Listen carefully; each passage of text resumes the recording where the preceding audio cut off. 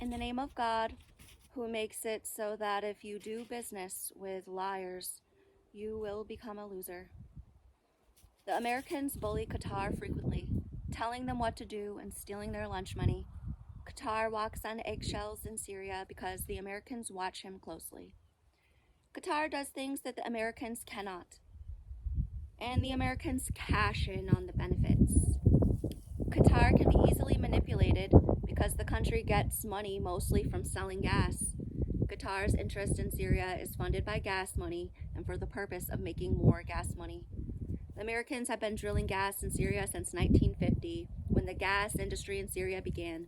They are still drilling gas in Syria today, although they have migrated from the north gas fields of Hazaka down to the Deir ez-Zor gas fields. Why do the Americans want to give $10 million for the capture of Jolani? Jolani has no gas and no money. Jolani must pay for security forces, although he has no business. What do the Americans mean when they say they will give $10 million to have Jolani taken out of Idlib? Do they mean that it will take a lot of money to convince anyone to catch him?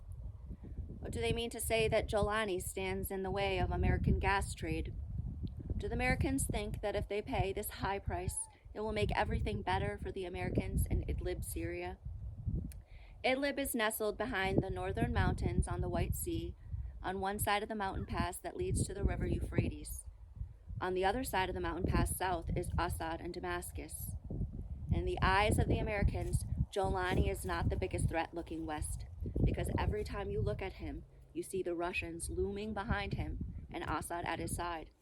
It seems the only thing of value that al-Jolani has in Idlib is a big human labor force and an oppressed economy.